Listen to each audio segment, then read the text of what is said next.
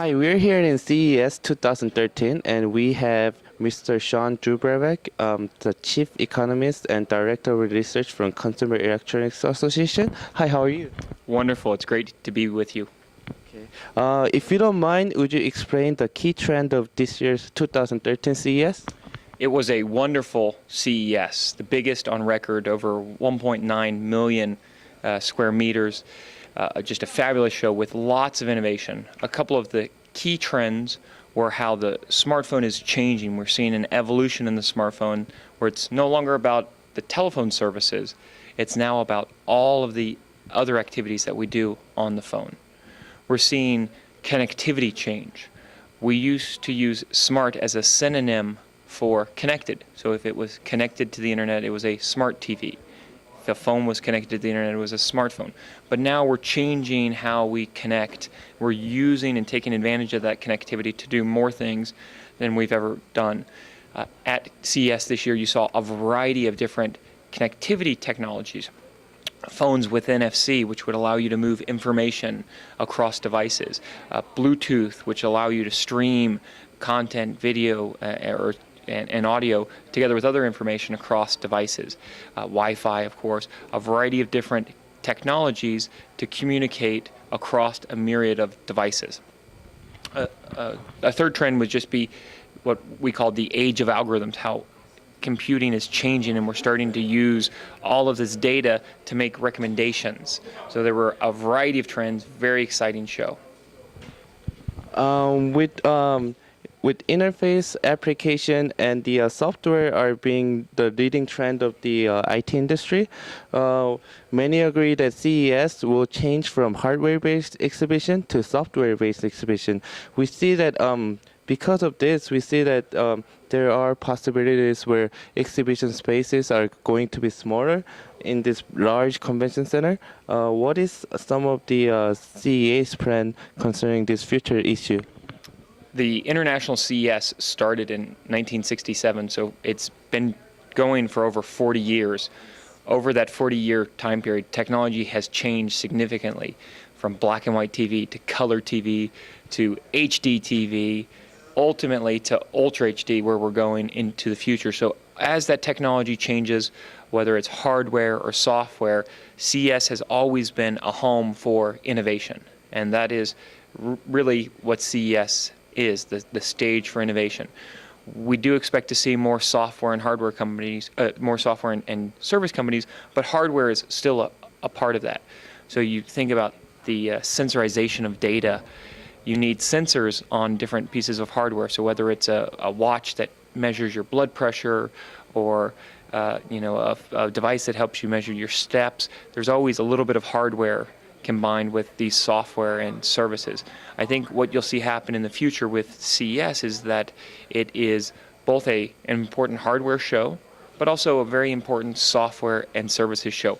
All things coming together, creating this seamless experience for the user.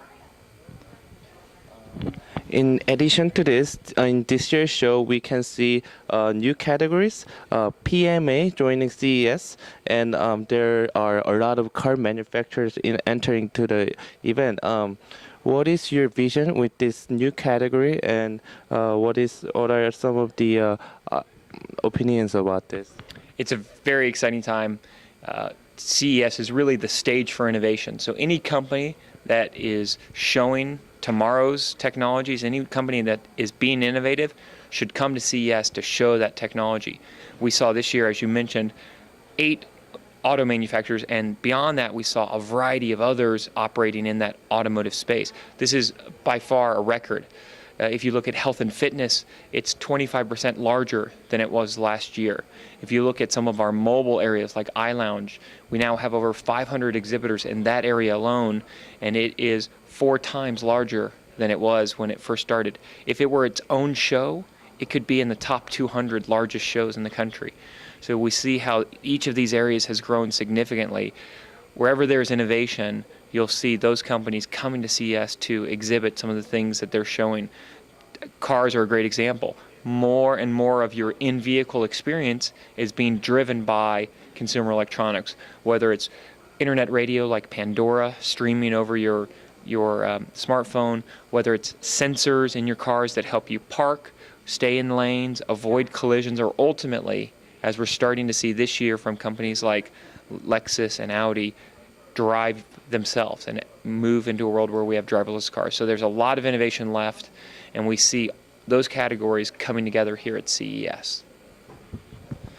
I see. And in terms of Ultra HD TV being the leading trend of this year,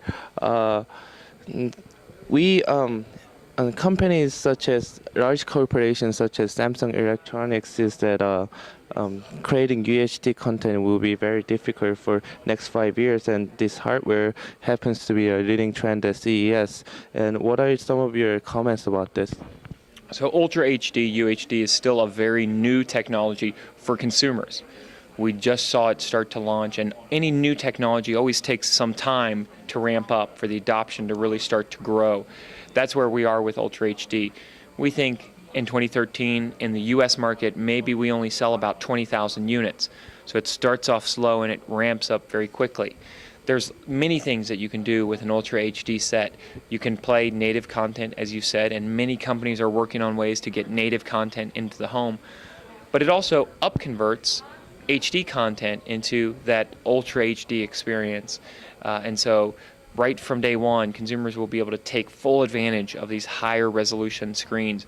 Some of the images today that we take with our cameras are Ultra HD images, and so we can put those photos on that display, for example. There's still a lot of innovation left in that Ultra HD category. Companies are working hard to figure out how to get native content into the home, and that will happen over time, just like we saw happen with HD content.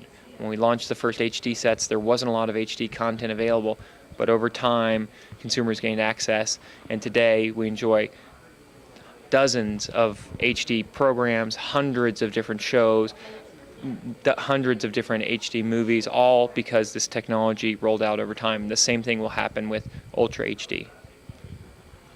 I see. And finally, AVIN Global News Network is official media partners with IFA, and we distribute our news to 170 countries and 30,000 Korean companies.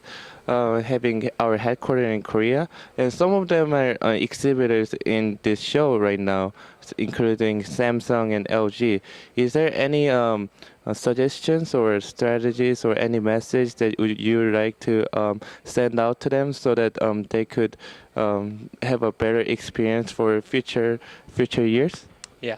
So the International CES really has become an international show. The first show over 40 years ago in New York was primarily for the US market, but that has changed significantly, and now well over 30,000 attendees from outside the US come to CES every year, many of which, as you mentioned, come from Korea, and we have two great Korean exhibitors in Samsung and LG who have beautiful displays and beautiful booths where they show all of their current technology and much of their future technology. As I mentioned, CES is a stage for innovation, so companies from all over the world should be looking to come to CES when they want to show their innovations to the world and take advantage of that worldwide stage.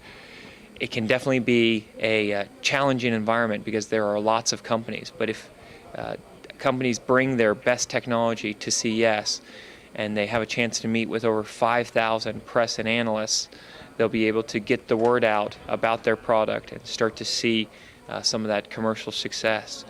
At the end of the day, it's just to continue to pursue that dream of building up a strong company based upon some of these great innovations in this great technology. Thank you very much for your time, Shawn.